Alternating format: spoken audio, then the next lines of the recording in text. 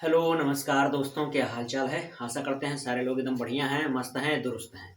तो हम आप लोगों को नरेशन पढ़ा रहे थे और नरेशन में हम आज अगला टॉपिक लेकर आए हैं कि making indirect speech of optative sentence. तो आज हम सीखेंगे किस प्रकार से हम ऑप्टेटिव सेंटेंस का निर्माण करते हैं, यानी डायरेक्ट से इनडायरेक्ट बनाते समय। ठीक है, तो टाइप ऑफ सेंटेंस में हम तो पढ़ा रखे हैं कि ऑप्टेटिव सेंटेंस, तो ये चीजें अगर आपको नहीं आती होगी कि ऑप्टेटिव सेंटेंस किसे कहते हैं, किस प्रकार का फॉर्मेशन होता है, तो आप देख लीजिएगा। ठीक है, लेकिन फिलहाल हमको सीखना क्या है, इनडायरेक्ट बनाना सीखना है। तो आइए हम सीखते हैं, प्रयास करते हैं। ठीक है, तो यहाँ पर देखिए हमने पहले से ही लिख रखा था ये सारी चीजें, कोई बात नहीं है। तो देखते हैं, हम एक एक करके प्रयास करते हैं रूल को, फिर उसके बाद आगे हम बढ़ेंगे। देखिए पहला रूल क्या कहता है। पहला रूल कहता है कि रिपोर्टिंग वर्ब में आए सेड या सेड टू को प्रेड विज्ड कर्स्ट में भावानुसार बदल देते हैं। पहला रूल हो गया। दूसरा रूल क्या है, रिपोर्टिंग वर्ब और रिपोर्टेड स्पीच को जोड़ने के लिए दैट का प्रयोग करते हैं। यह दूसरा रूल हो गया।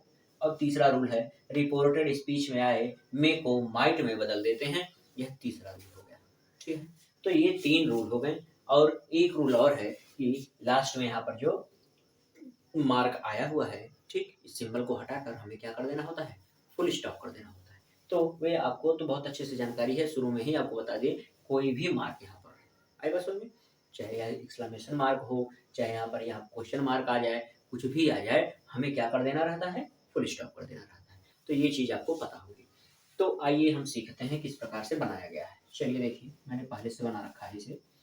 The old lady said to nurse, may God bless you. तो यहाँ सेल टू आया हुआ है, क्या आया हुआ है, सेल टू। तो इसे हमें बदलना पड़ेगा सेल टू को। तो बदल कर क्या कर दिए हैं हम, सेल टू को विश्ड कर दिए हैं। क्या कर दिए हैं, विश कर दिए। क्या कर दिए हैं भाई, विश कर दिए हैं। अभी मैं समझाता हूँ कहाँ पर विश होगा, कहाँ पर प्रे होगा और कहाँ पे कर्स होगा। लेकिन अभी बनाते कैसे हैं, बस एक बार एक सेंटेंस देख लीजिए, फिर आगे चर्चा होगी। The old lady said to nurse, तो ओल्ड लेडी यहाँ सेल टू का क्या कर दिया गया है, देखिए विश्ड कर दिया गया है। और नर्स को ऐसे ही बहु उतार दिया गया है। और जोड़ने के लिए किसका प्रयोग किया गया है, दैट का। जोड़ने के लिए हम किसका प्रयोग कर दिए हैं, दैट का प्रयोग कर दिए हैं। अच्छा एक चीज और देखिए आप, यहाँ मे गॉड लिखा है, तो गॉड को हमने सब्जेक्ट बनाया है, इस वजह से हम गॉड को पहले लिखेंगे और मे का क्या कर देते हैं, माइट। देखिए नियम लिखा है, मे को माइट कर देते हैं। तो मे का कर दिया गया है माइट, और ब्लेस यू चेंज किया गया है। यू क्या किया गया है, चेंज। और यू क्या है, सेकंड पर्सन का प्रोनाउन है, इस वजह से रिपोर्टिंग वर्ब के ऑब्जेक्ट से चेंज होगा, तो नर्स से होगा। तो नर्स का काम ज्यादातर महिलाएं करती हैं, इस वजह से यहाँ पर क्या लिख देंगे, हर कर देंगे। क्या कर देंगे, हर कर देंगे। ठीक है, तो यह हुआ बनाने का तरीका। ठीक, और इस पर हम प्रैक्टिस करवाते हैं आपको, किस तरीके से और चीजें होंगी समझ में आ जाएगा आपको। प्रे कब होगा, कब विश होगा, कब कर्ष होगा। कर्ष मतलब क्या होता है, श्राप देना। कर्ष मतलब क्या होता है, श्राप देना होता है। विश का मतलब क्या होता है, किसी को आप विश करते हैं, शुभकामनाएं देते हैं। प्रे मतलब क्या होता है, यह प्रार्थना आप करते हैं। क्या करते हैं, प्रार्थना करते हैं किसी के लिए कि आपका यह हो जाए, आप भले हो जाए, कुछ भी हो जाए। तो आप प्रार्थनाएं जब किसी के लिए करते हैं तो प्रे लगता है। आप किसी को विश करते हैं, ठीक, अपनी इच्छाएं बताते हैं कि मैं यह चाहता हूं कि तुम यह हो जाओ, वह हो जाओ, तो विश करते हैं। अब कर्ष मतलब क्या होता है, जब किसी को श्राप देना होता है, किसी को भला बुरा कहना रहता है। तो इसको आप लिख लिए होंगे। मैं इसको साफ करता हूँ, तो एक सेंटेंस और अच्छा से लेता हूँ, फिर आपको मैं समझाता हूँ कि आखिर यहाँ पर क्या चीजें की जाएंगी। आइए दूसरा सेंटेंस मैं आपके सामने लिखा हूँ, इसमें क्या करेंगे, किस तरीके से इसको करेंगे देखते हैं। ठीक है, तो लिखा है द सेंट। क्या लिखा है, द सेंट। ठीक है, अब सेट को हमें बदलना है। सेट को क्या कर देना है, बदल देना है। सेट को हमें बदल देना है, तो ध्यान से समझिए जरा। अब सेट को मैं क्या लिखूँ, मेरे पास तीन ऑप्शन है। मेरे पास क्या, कितने ऑप्शन यहाँ पर दिख रहे हैं, एक प्रे दिख रहा है, ठीक, एक विश दिख रहा है, और एक कर्स दिख रहा है। ठीक है, जरा ये बताइए इसमें से हम लगाएंगे क्या। यहाँ पर अब चीजें थोड़ी सी क्लियर में कर देता हूँ, ताकि आपको क्या हो, अच्छे से समझ में आए। ठीक, क्योंकि यहीं पर बहुत सारी दिक्कतें होती है। इसमें तो नहीं कोई दिक्कत है, आप ये जान जाएंगे यहाँ पर श्राप दिया जाएगा, किसी को कर्ज किया जा रहा है, तो वहाँ कोई दिक्कत नहीं। लेकिन इन दोनों में दिक्कत हो जाती है। अब क्या है, किस तरीके से समझना है। अगर आप ऑप्टेटिव सेंटेंस पढ़े होंगे, अगर आप ऑप्टेटिव सेंटेंस पढ़े होंगे, तो हिंदी में एक अर्थ निकलता है कि ईश्वर करें, ईश्वर करें तुम पास हो जाओ, तुम पास हो जाओ, तुम पास हो जाओ। ठीक है, और एक होता है ईश्वर तुम्हें धन दे, ईश्वर तुम्हें धन दे। देखिए दो वाक्य हैं, दो वाक्य हैं हिंदी में। एक लिखा है ईश्वर करें तुम पास हो जाओ, और एक है कि ईश्वर तुम्हें धन दे। आई बात समझ। यहाँ ईश्वर करें तुम पास हो जाओ और यहाँ ईश्वर तुम्हें धन दे। ठीक है, यहाँ पर आपको नहीं लग रहा है कि प्रार्थना की भाव आ रहा है, प्रार्थना भाव आ रहा है। यहाँ पर बनता क्या है, may you pass, may you pass.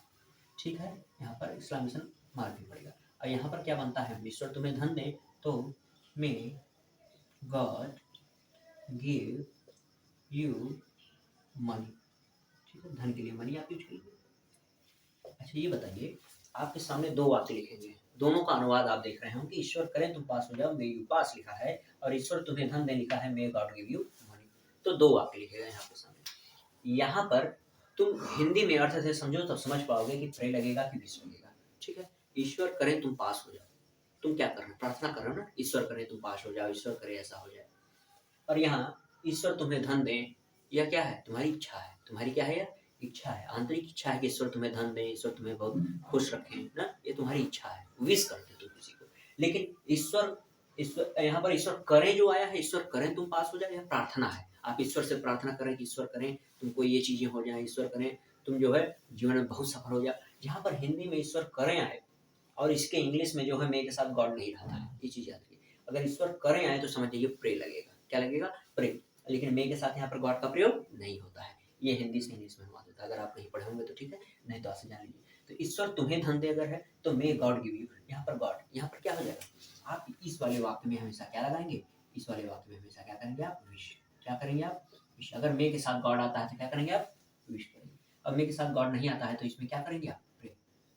क्या करेंगे आप, प्रे करेंगे। आई बात समझ में। तो यही चीजें हैं।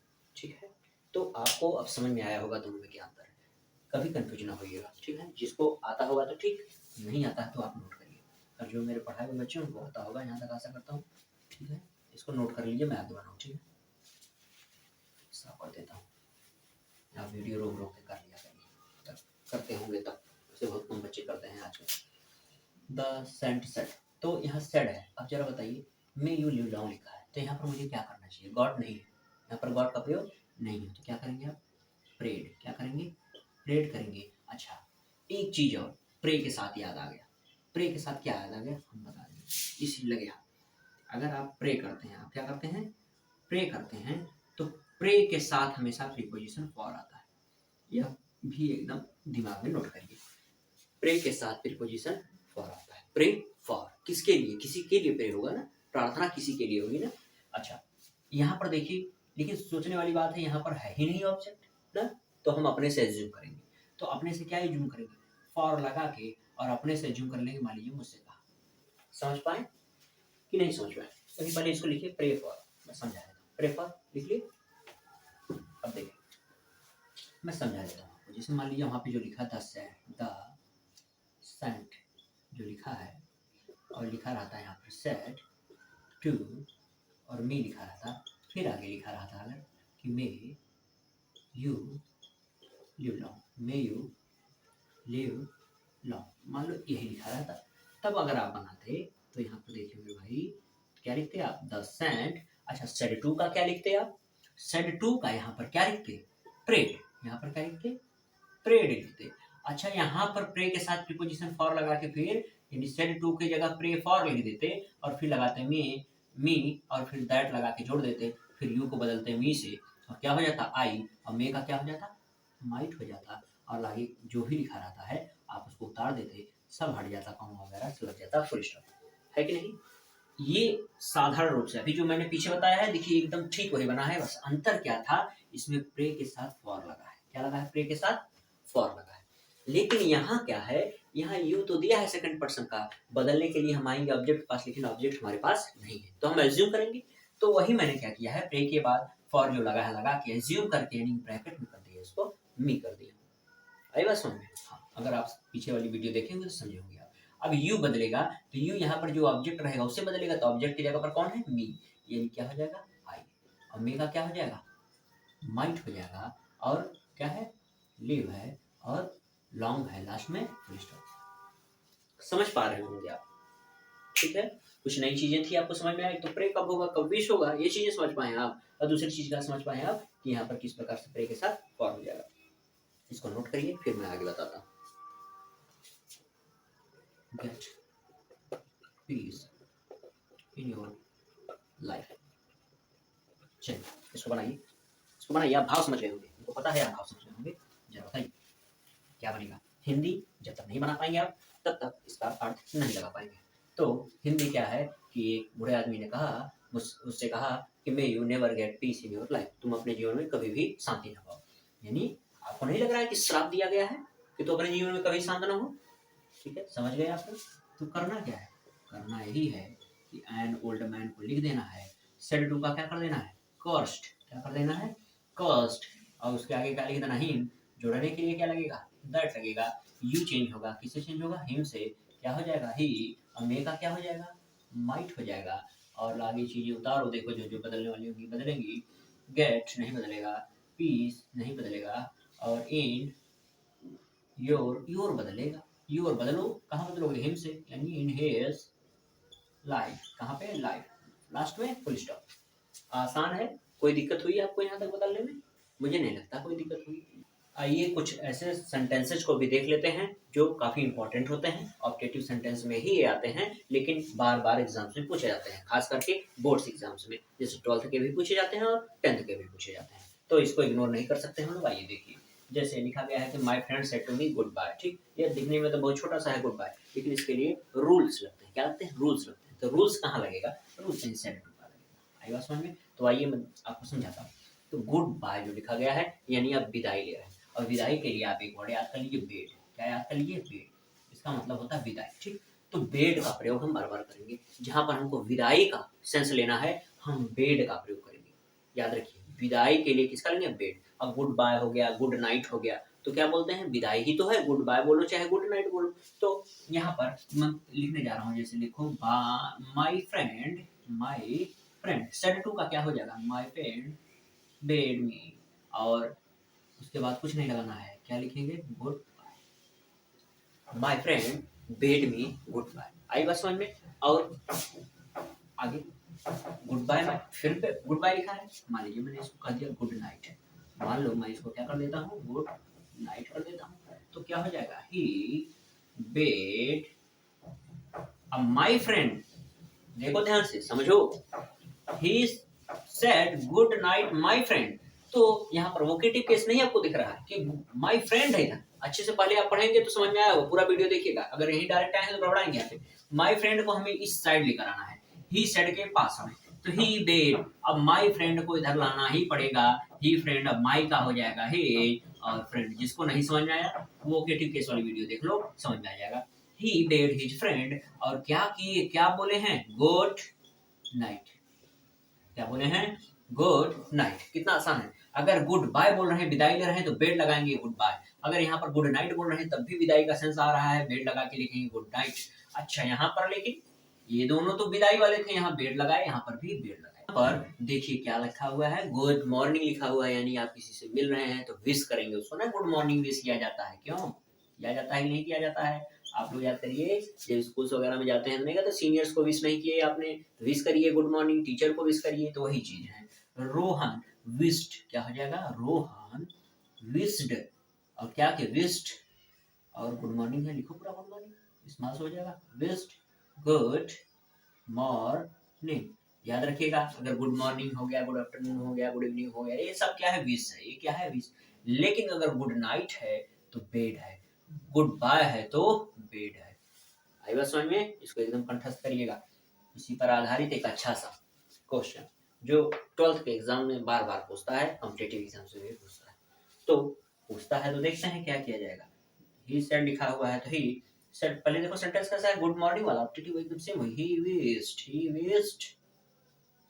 किसको किया है, हिज फ्रेंड, और क्या विश किया है, गुड और मॉर्निंग, यानी एक वाक्य यहाँ तक हो गया।